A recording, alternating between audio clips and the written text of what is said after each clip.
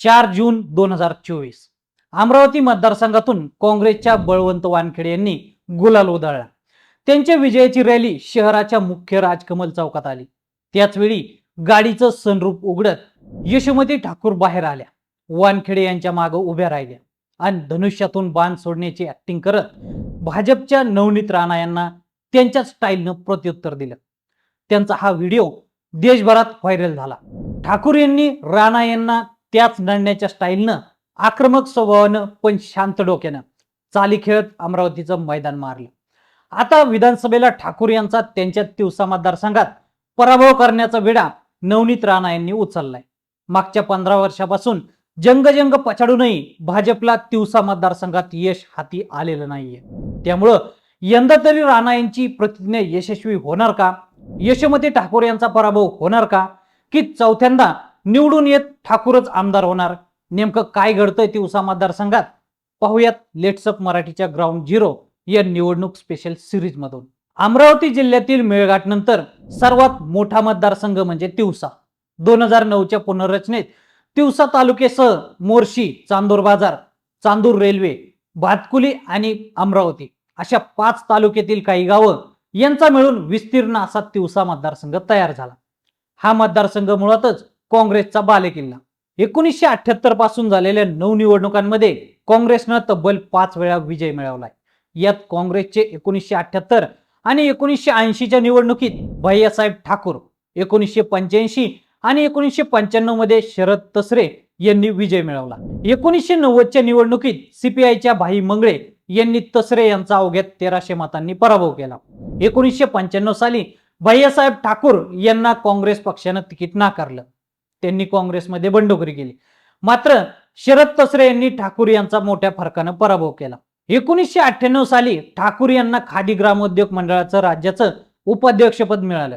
त्यानंतर 1999 साली काँग्रेसनं ठाकूर यांना पुन्हा तिकीट दिलं, तर तसरे यांनी नव्यानं स्थापन झालेल्या राष्ट्रवादीचं तिकीट घेतलं। या मतविभागणीचा युतीला फायदा झाला आणि पहिल्यांदाच भाजपनं या मतदारसंघात शिरकाव केला। भैयासाहेब यांचा अवघ्या 1100 मतांनी पराभव झाला। 2004च्या निवडणुकीत भैयासाहेब ठाकूर यांनी मुलगी यशोमती ठाकूर यांना तिकीट मिळवून दिलं, तर भाजपकडून तट्टे मैदानात होते। या तट्टे यांनी यशोमती ताईंचा 7000 मतांनी पराभव केला। या पराभवानं खचून न जाता यशोमती ताईंनी मतदारसंघात सातत्यानं संपर्क ठेवून संघटनात्मक बांधणी केली। मतदारसंघातील प्रश्न सोडवण्यासाठी ठाकूर यांनी स्वतःला झोकून दिलं। शेतकरी, महिलांच्या प्रश्नांवर त्यांनी अनेक आंदोलनं केली। पक्षानेही ठाकूर यांना ताकद दिली। महाराष्ट्र प्रदेश युवक काँग्रेसच्या महासचिवपदी त्यांची निवड झाली। त्यांना राज्य महिला आयोगाच्या सदस्यपदी काम करण्याची संधी देखील मिळाली। 2004च्या निवडणुकीत भैयासाहेब ठाकूर यांनी मुलगी यशोमती ठाकूर यांना तिकीट मिळवून दिलं। त्याचा फायदा यशोमती ठाकूर यांना 2009च्या निवडणुकीत झाला। त्यांनी तिवसा मतदारसंघात काँग्रेसचा झेंडा फडकावून इथल्या भाजपच्या वर्चस्वाला छेद दिला। तिथून जिल्ह्यात यशोमती पर्वाला सुरुवात झाली। 2014 मध्ये ठाकूर यांच्या समोर अनेक आव्हानं होती। पहिलं म्हणजे मोदी लाट होती, दुसरं म्हणजे सर्वच पक्ष स्वतंत्र होते, त्यामुळं मतविभागणीचा मोठा धोका होता।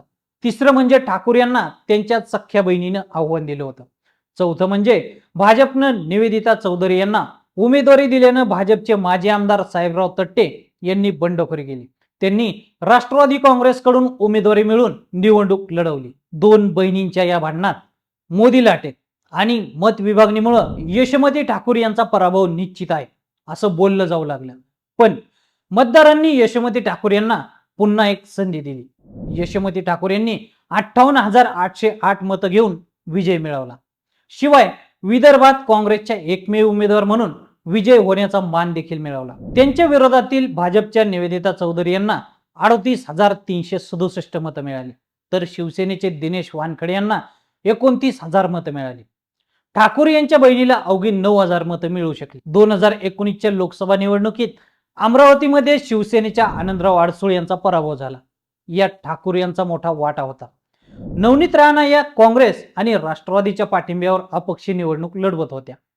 ठाकूर यांनी राणा यांना तिवसा मतदारसंघातून आघाडी मिळवून तर दिलीच, पण जिल्ह्यात राणा यांच्या प्रचार यंत्रणेची सर्व काळजी देखील घेतली। संबंध राज्यात आघाडीचं पानिपत झालं असतानाच अपक्ष उमेदवाराला निवडून आणायला काँग्रेसचा एक आमदार किती पॉवरफुल आहे हे त्यांनी दाखवून दिलं. त्यानंतरच्या विधानसभा निवडणुकीत तत्कालीन मुख्यमंत्री देवेंद्र फडणवीस यांनी महाजनादेश यात्रेची सुरुवात तिवसामधील गुरुकुंज मोजरी येथून केली. या यात्रेमुळे यशोमती ठाकूर यांना यावेळी नक्कीच घरी बसू असा संदेश देण्याचा प्रयत्न झाला.